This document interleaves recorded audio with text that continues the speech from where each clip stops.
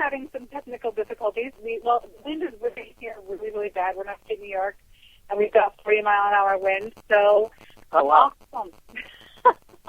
Yeah, crazy. Yes, very awesome. So everybody can hear. Our wonderful, wonderful guest tonight is Derek Davis from Babylon AD. He's going to be joining us here in a little bit. He's got him and the band. They're recently back together. Every single original member of the band, and they have a new awesome album coming out. They have some new songs, and not only is he going to talk about that, but we're going to tell you where you can find them to listen to them, to buy the album, and everything else. It's going to be so much fun. Before we get to Derek Davis of Babylon AD, oh my God, totally gushing. I just have a couple of announcements and shout-outs, as I always do. Really quick, I want to remind everybody that you can listen to us on Excite Radio. You can listen to shows on Excite Radio on DTM Wicked Radio. We are on iHeart, we are on iTunes, we are Podbean, Podspeaker, YouTube, Podcast. We're on so many things, like I said, we're all over the world, and it's amazing, and you can catch us all on there. And we are so very blessed, and we're so very thankful. So you guys can listen to us everywhere. The Wicked Edge is everywhere. Make sure you tune in. Also, we are the official radio station for the Para Awards. They'll be in June 21st in Manchester, New Hampshire. I will be singing, speaking, and presenting, and you'll find the whole entire DTM crew there, almost about the whole entire DTM crew there. And it's going to be it's for great causes for animal rescue, as everybody knows. I am a huge advocate for animal rescue. And come show your support. Bruce Tango's going to be there. Dustin Perry's going to be there from Ghost Hunters. It's going to be a lot of fun. Christina George is going to be there. Stacey Carroll's going to be there. A lot of really great people, and we'll be broadcasting live. And don't forget it. That's June 21st. And catch my lecture at 10 a.m. June 21st about the importance of psychology and the paranormal and client psychiatric evaluation. On May 2nd through the 4th, we will be in Lake George at Fort William Henry. We are sponsoring the Celebrity Ghost Hunt for Parahistory Con 2. That will be on Saturday evening.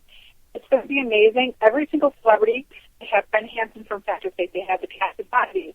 They've got walkers from The Walking Dead. They have Stephen Amy from The Dead Files. They have Brian Cannell from Hunted Collector, Aaron Figures. So many, I can't even list them all. And every single one is going to be participating in the Celebrity Ghost Hunt. This is the one and only para event that every single celebrity does participate. So there's only a couple packages left.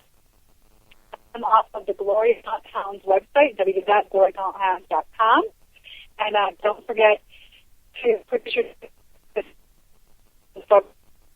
May 2nd to the 4th at Fort William Henry Conference Center Resort in Lake George, New York. I need to give a shout-out to Karen Kennedy, the Caring Coaching Center. She's a proud sponsor of GTMWithRadio.com. If you're looking for a healthier new you, inside and out, the Caring Coaching Center is your place to go. Go to www.dtmwithradio.com. Click on the page. Scroll down. Click the Caring Coaching Center banner. Email Karen for your free health history consultation today. That health history consultation will help her find your program specific to meet your needs. So if you're looking to get healthier, but you need some guidance, loving guidance for you, go to www.dtmwithradio.com, click on the sponsor, scroll down to the Karen Coaching Center banner, click on the banner, and email Karen today. As a matter of fact, if you're an author or a musician, email us at dtmwicked@yahoo.com. If you would like to feature your band or your book on our page, we will be honored to have you. We do heavy aggressive advertising, and so we would want to have you there. Don't forget, for an awesome musician, that's dtmwickedradio@yahoo.com. And one last thing, as everybody knows, our family's been touched by cancer recently. My sister-in-law has been diagnosed with stage 4 bone and breast cancer. I am trying to raise $5,000 to help her pay with her medical expenses and her everyday living expenses.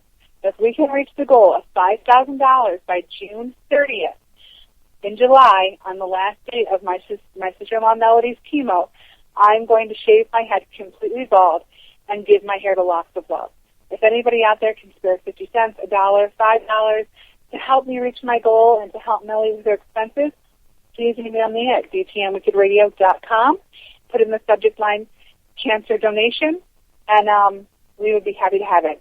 So thank you guys. Thank you for listening. And now, without further ado, I can't wait to get to our guest.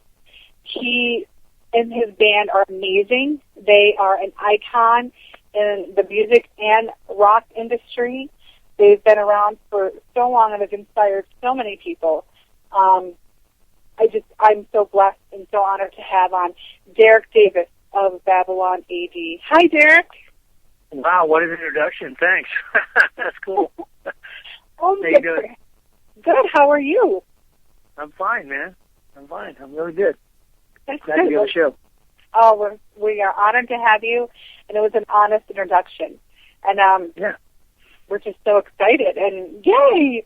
You guys really are icons. I mean, you know, we've all listened to your music. You guys were established in 1988. You know, you were signed on by Clive Davis. You've done so many wonderful things and put out so much awesome rock and music that just kick ass. Yeah. Have inspired people to party and bang their heads and, you know, have a good time. Yeah. That's what it's about. I hear that. Amen. Amen. That's what music is about. You should always listen to music that, you know, as I'm a musician like you, I don't know if you take this philosophy, I want to hear a song that I can relate to that touches me in some way, whether it be positive or I can relate to. So when you put out music that people are like, oh my God, I think this was written for me, and you can, you know, it brightens your mood, or at least, you know, you can kind of empathize with it, that's the best sort of therapy ever. That's true. That's what music's all about. That's what it's about. Absolutely. Now, I do want to, you know, I have a lot of questions, but I want to start off, you guys have a lot of really great things going on right now. Yeah. Right now we just, actually today, we just released a new 4-song EP, and it was kind of strange the way we found this stuff. We had it for about 20 years, and it was actually a tape. Yeah, sitting in a memorabilia trunk that I have, and I was going through the old stuff, and I ran across the tape, and I hadn't heard the songs for a long time, and I put it on. I said, wow, this stuff sounds really good. You know, it had a little bit of low end bass to it that was rumbling a little bit. So, and I think that was the reason why we never released it in the first place. But I've got a full blown recording studio at my house now, so I was able to cut that off and make the songs sound like they should have sounded in the first place when we could have released them about 20 years ago. So, you know, anybody that's interested in getting the CD, it's called On AD, The Lost Sessions, Fresno, California, 93. And you know, it's more or less a collector's item. So we're pretty excited about it because it's really like Babylon AD. You know, when we were making the first two records, it's pretty cool to listen to. You know, it sounds really fresh too. You know, that's awesome. It's amazing that you kind of discovered it. And here, you know, it was weird because I called up all the guys and I said, hey, man, I found this old tape. And everybody kind of said the same thing. Oh, I remember doing that session. You know, I forgot all about that. So I sent everybody the songs and I said, what do you think? Should we put this out? And we were already going to do some live dates. So I said, you know, now we got a reason to put it out, you know? Oh, absolutely. So, Now, will people be able to hear this on like their everyday radio, like KGB and things like that? Well, yeah, you know, it's like I said, it's going worldwide today, so it'll be up on, you know, basically everywhere and anywhere you can get it, and hopefully it'll be on some major stations that still play rock and roll. You know, I know you guys will be involved in that, Set Radio and a few other radio stations cranking up. But there's a lot of different hard rock radio stations now that are, you know, more satellite and stuff, and we'll see what happens. You know, a lot of internet stuff. So, you know, we're hoping we get some play. Oh, absolutely. Absolutely. And you know what? DTM and Radio Next Night Radio are honored to be one of those people. As a matter of fact, everybody, by tomorrow on our Music Mayhem Corner, you will be able to go on to the Music Mayhem Corner on DTMWithRadio.com and look and link to everywhere where the new LPs will be released to and be able to purchase them and listen to them. Wow, you guys are on top of it. That's cool. We always have. Yeah, no, you don't. That's really cool. Yes, our IT guy's really amazing. His name is Nate Beckwith, and he's just on top of things. And Nate, if you're listening, we love you, man. Thank you. Yeah, well, you know, I want to point out one thing. The CD, the EP that we put out, it's more like a collector's item, and we only pressed up 2,000 of them, and they're only available at Paris Records. That's the only place you can buy the hardcover copy if you want a hard copy. If you want to go to iTunes, CD Baby, you know, anywhere else in the world of the internet music, you know, you can do it. But if you want a hard copy, you've got to go to Paris Records. It's parisrecords.com. They're the ones that are doing all the distributing for the CD since it's a collector's item. Excellent. I just want people to know that. No, that's really good to know. So everybody go to www.parisrecords.com. Yeah, Paris Records. They've got a lot of hard rock bands. We've been dealing with them for about 10 years. You know, they're really good guys over there. Mm-hmm. That's good information to have. That's so excellent. Now, you guys said you're going to be embarking out on a tour. When does that start? Well, it's not really a tour. It's a lot of selective different dates across the country and over into England. Wow. You know, we've got 5 or 6 dates booked right now, and we're working on a lot more over in Europe, actually. So, you know, we'll see where it takes us, but, you know, we mainly playing on Saturday nights. So we've got our first gig coming up is actually a place called Vinny's, and it's in Concord, Concord, California. That's April 26th on Saturday at, probably about 11 o'clock. We'll start that gig. That's going to be our first gig we played in about a year. Our last gig we played for Jeff Keith, the charity that he has every year at the fairgrounds. So this will be the first gig that we played this year. Then after that, we've got one on May 25th. That's in Fremont, California. And then, if anybody wants to check it out, they can actually just go to our website, BabylonAD.com, and they can see all the dates there. We'll be playing in Chicago. We're going to be playing the Firefest, which is over in Nottingham, England, on the 25th of November. Nice. Wait, no, that's it. Let me try to remember that. That's October 25th. Yeah, that's going to be a good one. That's going to be a big gig right there. So, if anybody is over there that listening to that country, we'll be playing in Nottingham. So get over there if you can. If you want to see a kick-ass rock and roll band, that's what I tell them. That's awesome. Now, will you be anywhere in New York area or? We're talking right now with some different promoters. Absolutely. I know we're going to be in Chicago, which is not that far away, but 12 hours. We're talking. Yeah, New Jersey. We're talking to somebody in New Jersey right now, so that's not too far. But we'll see where it takes us. We really don't. Actually, the band's more like in the mindset of not really getting on the road and playing, 2 months straight like we used to. We're mainly interested in doing one-offs, or a week at a time type of thing. So that's kind of where our heads are at right now. We'll see where it goes. You never know. Well, if you come to New York, I'm going to have to come say hi if you're around the upstate New York area. I'll have to Absolutely. Yeah, it'd be great. Absolutely. I hope you do, because for some reason upstate New York has not gotten a lot of the great musicians for some reason. Well, I know why. Because there's not huge venues, but it would be nice to have some of the bigger bands. So it would be nice if you guys did come through, because it would be something refreshing. You guys are a bigger band, and it would be such a wonderful, I guess, another refreshing thing for New York to have.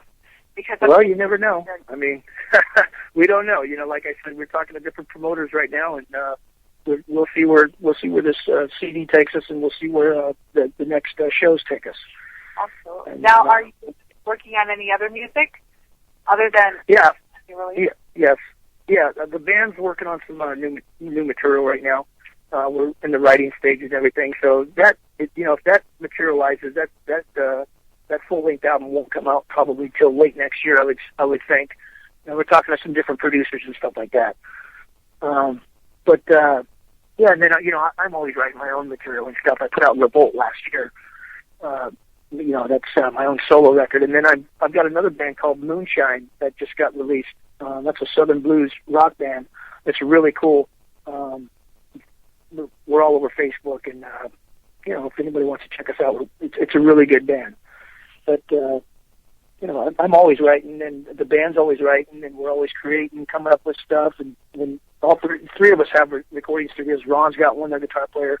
Danny's got one, another guitar player, and then I've got one. So we're always pushing music back and forth between each other, and ideas and creating new stuff all the time. So it's it keeps us on our toes. You know, it's interesting and it's fun to do. Whatever keeps you young, right? That's right. You got that right. That's what rock and roll's about. Yeah, baby. Amen. Now, where do you pull? You know, you have a lot of great songs. I love them so much. And again, I like music that I can relate to that somehow touches me in some way, in any way. Where do you pull your inspiration for your songs? You know, some of it is just, to be honest with you, you know, it's probably about a quarter of it that I would say is just kind of made up. You know, you just kind of think of an idea. I see a lot of movies. I watch a lot of movies, you know, and when I write songs, I usually try to write lyrics that are kind of like a movie theme or something, you know. Okay. And you know, some of it's just kind of made up, just like, you know, you're just storytelling basically, and other things are about true to life, of course, you know, relationships, and so yeah, that's an interesting question, because a lot of people just write, you know, just what happens to them, you know. Uh-huh. But I think that I tend to write my lyrics are more, they're just they're a little bit vastly more spread out, and maybe that's just because I read a lot of books and watch a lot of movies and things like that. I'm always experimenting with different types of lyrics and different types of themes, and you know, seeing how, just trying to make the music, however the music is, fit the lyrics and the melodies to the music so that it goes together, fits. You know what I mean? Now, your music was featured in RoboCop. Mm-hmm. Yeah, and that fit the movie. I'm sorry? I said, and that song fit the movie, you know. They like, didn't have picked it if it didn't. Now, did you write that song specifically for RoboCop? Did they show you No. the movie? No, absolutely not. No. That actually was written with me, Jack Pawnee, and a guy, Vic Pepe, who's a songwriter, friend of Jack Pawnee's. And we sat down and we wrote this song. We banged it out, and the song sounded really angry and aggressive to me. So the first thing that popped in my head was anger and aggressive, and, you know, a young rebel type of thing. So I wrote "The Kid Goes Wild," and then about a year later, after it got released on our debut record, Orion Pictures approached us about putting it in the movie. So we said, absolutely, let's do it. That's awesome. And it did fit the movie. It fit the movie very well. Very well. Yeah, it did. Was it kind of surreal hearing your song in that movie? Did you watch when you watched it? You know, it was kind of weird because I didn't really think the movie was that good, you know. And we went to the premiere and they set us up, and we signed autographs and did all that kind of stuff. And RoboCop was there, and you know, it was pretty funny actually. We all of us were pretty kind of drunk, and we just kind of went with it. And we're watching the movie, and then our part comes up, you know, and there's some scenes of us actually in the movie and stuff like that, and we're laughing and going, "Oh my God." We're definitely not, you know. I don't know. It was pretty funny. It was a crazy experience, but you know, a lot of people know us for that for some reason. You know, and you know, the song is a great song in its own way. It didn't have to be in the movie to be. It was going to be one of the singles on our record, anyways. You know, but it just so happened that you know, that they picked it to go in the movie. That's awesome. Have you seen the new RoboCop by any chance? What's that? Have you seen the new RoboCop by any chance? Yeah, I did. And I thought it was pretty good, but I fell asleep about halfway through. So I don't know if it got better or not, but I thought it was pretty good about, you know, the first part of it. I thought the storyline was pretty good, but I fell asleep, so I never seen the rest of it. That's okay. I watched it. Let me save you time. Uh-huh. It's not awesome. Okay. It's not awesome. You know, maybe a spoiler alert. She just kind of disappears. Yeah, I don't know why they redid that movie. They've been working on that for about 10 years, I think.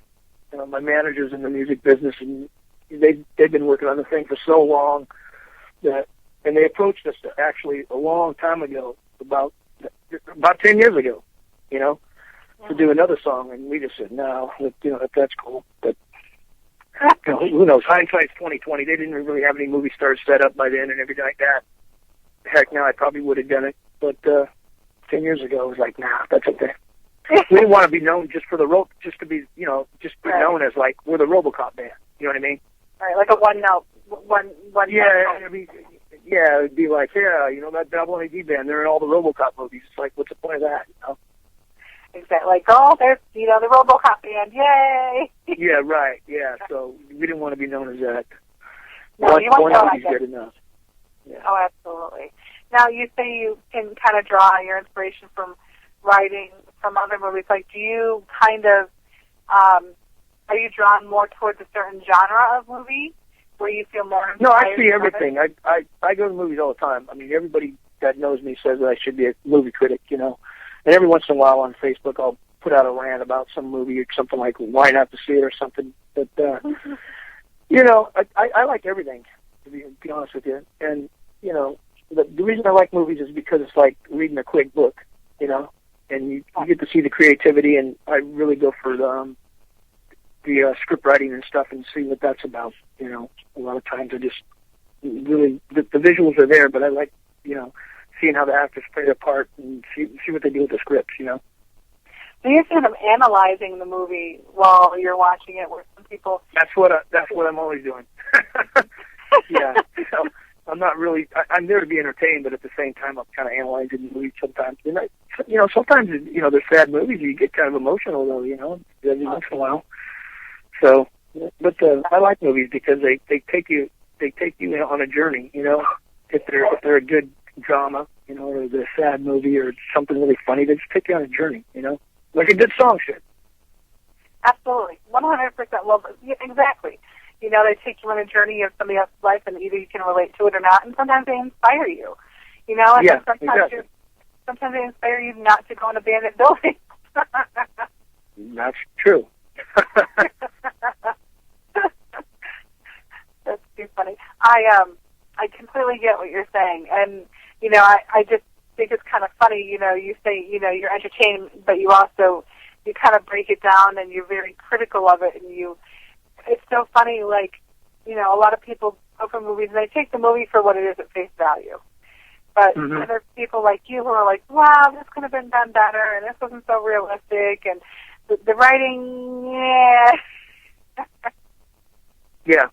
Exactly, you know, but I kind of do that with songs too. You know, I'm pretty analytical even with songs. I'm listening to a song, and I might love the song, but in my mind, I'm kind of tearing it apart, saying, well, let's see, how do they record the drums? You know, what do I put that vocal line there that doesn't really fit? You know, I think I've always been like that. You know, Tom Mormon told me that I'd make a great producer, that he'd co-produce with me, and I was very flattered by that because he's produced, you know, Motley Crue and Ted Nugent and Cheap Trick and the Babies, and, you know, goes on and on and on and on. So, anyways. Now, is that something you would be willing to kind of look to do? What do you mean, work with Tom Mormon or producing? Both. Well, Tom's not in the business anymore. He moved up, where did he move? He moved upstate New York, I think. Got a bed and breakfast or whatever, and he just kind of quit the business. It was kind of weird, you know. Poor man. But as far as producing goes, yeah, I produce, you know, most of the Babylon AD stuff now, and all my stuff, and a lot of different bands around the Bay Area. And so I'm always producing, you know. It's just something I do. I like doing it, you know. I like spending time in the studio. I'm sitting in the studio right now. It's like this is my man cave. This is the rock and roll man cave. That's awesome. It sounds like you're multitasking, or you can do an interview and yet you're still thinking about things you want to do musically. Oh yeah, definitely. You know, you're surrounded by guitars and speakers and recording gear and stuff and keyboards, and you're just, you know, every day I come in here and I'm just, normally a lot of times I'll just wake up, you know, and from sleeping, and I already have an idea in my head, you know, that was already somehow implanted there in my mind about what I'm going to write. And I just got to jump up and run downstairs to my recording studio and get my tape recorder out and put it down, kind of strum the guitar and put it down, unless, I might forget it within 2 hours or something, when I go eat breakfast or whatever. So, I'm always creating stuff. But I've always been like that, I think, since I was a little kid. I'm kind of hyperactive. So I've been told by everybody, even the doctor. So you have, like, ADHD. Yes. As a matter of fact, I think I was one of the